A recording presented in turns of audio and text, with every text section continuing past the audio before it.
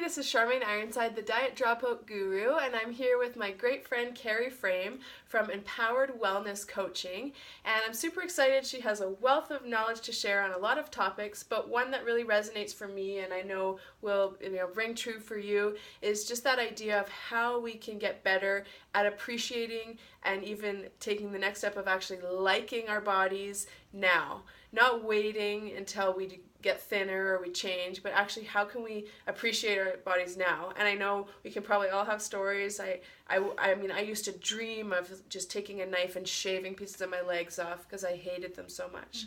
And Cari has a really powerful story which she just shared and gave me goosebumps. So I'm excited for you to share kind of your experience with that and like when does it end? If you don't choose when's it going to end, it will never end, in my opinion. So absolutely, yeah.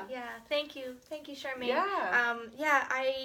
I've always enjoyed fitness and been active, but always also been at odds with my body and felt like no matter what I did to it, it didn't take the shape that I wanted. And so there was always that negative frustration that would kind of sap my energy. And when I was 17 going on 18, a friend and I rode our bikes all the way across Canada. So we rode 100 kilometers a day for 6.5 weeks. And I was like, this is it. I'm finally going to have the body that I wanted, all of this exercise. And that's not why I did the trip, but I really expected to have that outcome, right? I can resonate with that. And then I got home and I got back to my normal clothes and everything, and I was devastated. I still had a butt that jiggled. Like, I still had thighs that kind of went out, I actually got the most depressed that I've ever been because of that, and because of my whole self-image coming home from such an amazing trip and still not being happy with myself. I didn't know what I was going to do. And I always look back on that, and when I'm working with clients on their own wellness and they say to me well, I have this picture from when I was 18 and I fit so perfectly into that bikini and that's my goal. And that's what I want to get to in 6 weeks. And the very first thing that I work with them on is, where are you at right now? Because nothing comes from any other place that actually lasts and that actually is truly healthy if it doesn't start with knowing where you're at right now. Where you're at in your heart, in your idea of yourself, in your body and what it can do and what it can't do. And really getting in touch with that before even making a goal about where you want to get to. Because the diet industry and so much of our society is this perpetual cycle of making us feel bad about where we're at and always looking to some future state that is often unattainable. Yeah. Whether you're in your 40s now and you can't have the body of a 20-year-old, or you're simply a person who has curves, and you're not meant to be a Twiggy or a size 2, and really being able to love the body that you have and connect to that before you even make a goal. And it's incredible when people do that. The to-do list of how to get to a goal suddenly just happens because they're motivated from within. Yeah. And and not only do they meet their goals, they can sustain them because they've changed from the inside out. Yeah. And that has a really powerful thing. And it took me a long time to realize that, but I'm happy to say that I go to the gym, and every day that I'm at the gym, I'm like, okay, where's my body at today? What does my body want to do today? And sometimes it wants to go crazy and work really hard. Yeah. And sometimes it wants to just get a magazine and and sit on the bike. And being true to that has actually kept me the most sustainably healthy for the longest time that I've ever been. So that's really I'm not on that roller coaster anymore. So that's awesome. Yeah, I think that's a great point because so many people think we need to punish ourselves in the gym day after day, and I'm the same. I'm I get there if my body's tired, I might just stretch and roll that day and not even work out. Like, it's not about punishing yourself into changing. And same goes with that. I mean, I believe you have to appreciate where you are now in order to change, in order to have enough energy to change.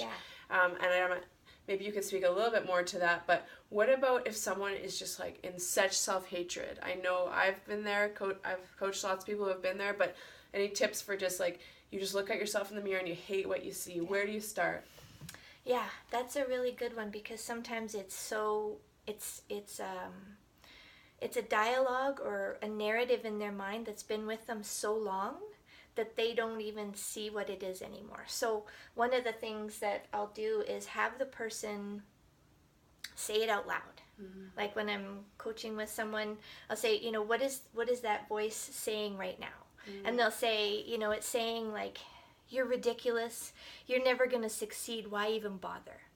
And as soon as they hear themselves say out loud the narrative that's happening like nonstop in their head, and they hear the cruelty of it and that it's not true, like then we usually look at, what does their life show?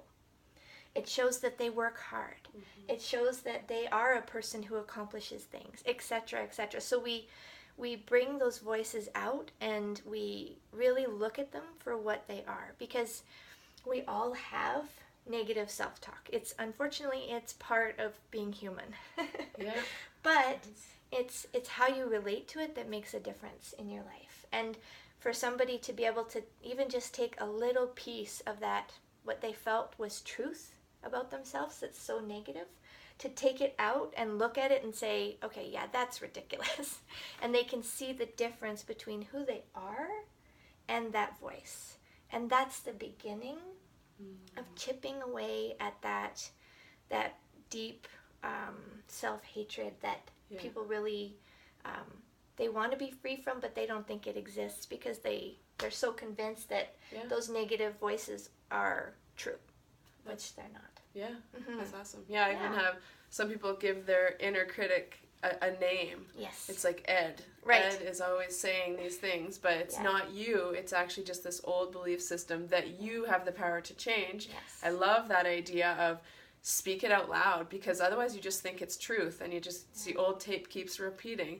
But if you write it down or you say it out loud, one thing I like to do is just say, would you say that to your best friend, or would you say that to your daughter? Totally. And it's like, hell no. Right. It's just like, gosh, why would you say that to yourself? But we get so in our grooves, right? Yeah, and that's so true. Like, we all have people we care about, that we would move heaven and earth to protect them from anything that made them feel as bad as we sometimes make ourselves feel all day long. And so once you start to shift that energy, and your positive self-talk and what you know is true takes up a little more of your mind, the energy comes, the inspiration comes, so true. The motivation comes, because you have so much more available to you when you're not constantly beating yourself down. Yeah. That's so good. Yeah. Okay, one last thing. Okay. Cari shared some really awesome advice with someone the other day, and I get a lot of people saying, I just want to like have a little bit thinner legs, or like my midsection, and my rib cage is so wide, or like they hate their triceps. And I know for me, I used to want to be thin. That was my number one goal. Like I said, I used to dream of shaving pieces of my legs off. But that's not the body type I have. And so now, at 33 years old, I'm actually super happy to be a strong woman. I'm never going to be thin. I realize that. But Cari had some really great words about just, embracing what you have instead of fighting it forever. So do you want to share those to finish off? Yeah, for sure. There's a reason why you look around the world and you see 1,000 different body types. And that's because, the genetics that make up each of us is individual to us, which means what healthy looks like for me is going to be different than what healthy looks like for you and her and everybody else. And this idea of a thigh gap being what fit looks like. I don't have one. I know. Oh God, no, right? But for some people, a thigh gap is part of fit. But that's just that person. And so being able to look at your body and feel it and say, you know what, right now, it can do all the things that I want it to do. My body says, yes, I like this. And it says that day after day, and you're able to be in the world who it feels good to be. That's your body saying, I'm healthy. Whatever this looks like, this is your version of healthy. And of course you can keep having fitness goals and you can get stronger. But being focused on like fitting a certain stereotype is just another example of where that inner critic has convinced you that that's what fitness is, to try and hold you back. And it's just not true. Yeah. As soon as you accept what your body is meant to be, you can actually achieve full, lasting, sustainable health and fitness. Yeah, that's so good. Just because you accept and love yourself doesn't mean you can't change or you can't get better and develop and transform. But yeah, it comes down to loving yourself in the moment first. And comparison kills us. Comparison is just the bane of our existence. So just love who you are. If your knees hurt and you're out of breath going up the stairs and you have health issues because of your weight, then it's something to look at. But if you're just nitpicking the last 10, 15 pounds and you're always, hating different parts of your body, it's time to change. You don't want to go through your whole life like that. And it's just a real mindset shift. So thank you. Yeah, thank you. So check out Cari's website. I'll post the link below. She's got a great quiz where you can actually learn a bit more about yourself in terms of, your core desired feeling, how you want to feel in your life, what you want to do, your body image. It's a great quiz. And then Cari will actually take the time to really give you some ideas and answers and action steps that you can use right away to make your life better and happier and healthier. So thank you so much. Thanks, Charmaine. Yeah. Thank you. Bye. See you soon.